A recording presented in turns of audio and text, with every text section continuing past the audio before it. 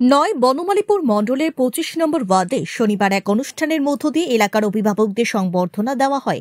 উপস্থিত ছিলেন সাংসদ রাজীব ভট্টাচার্য, ২৫ নম্বর ওয়ার্ডের কর্পোরেটর সীমা দেবনাথ মণ্ডল, সভাপতি অরিন্দম চৌধুরী এবং উপস্থিত ছিলেন মণ্ডল কমিটির সদস্য দিব্যেন্দু দত্ত সহ অন্যান্যরা।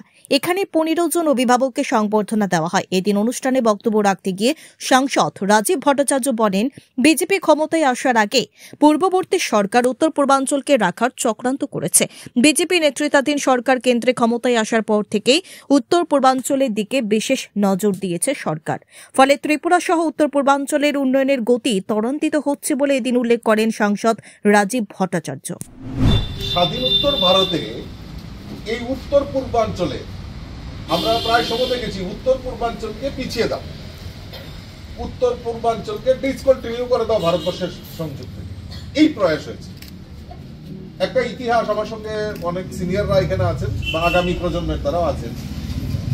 এই ভারতবর্ষকে দুই ভাগে বিভক্ত করা হয়েছে, একটা হলো হিন্দুস্তান, একটা হলো পাকিস্তান। তার পাশাপাশি ইংরেজদের আরেকটা দূরভিসন্ধি ছিল, সেটা হলো উত্তর পূর্বাঞ্চলকেও আলাদা ভাগ করা।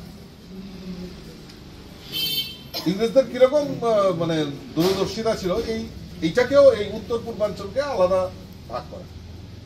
মাউন্ট ব্যাটন যখন এই প্রস্তাব নিয়ে যায়, তখন একমাত্র সর্দার বল্লভভাই প্যাটেল বললেন যে না, এটা আমাদের ভারতের সিস্টার কনসার্ন, মাতৃতান্ত্রিক রাজ্য, কাজেই উত্তর পূর্বাঞ্চলকে আমরা কোনো মতেই ভারতের বাইরে আমরা রাখতে পারবো।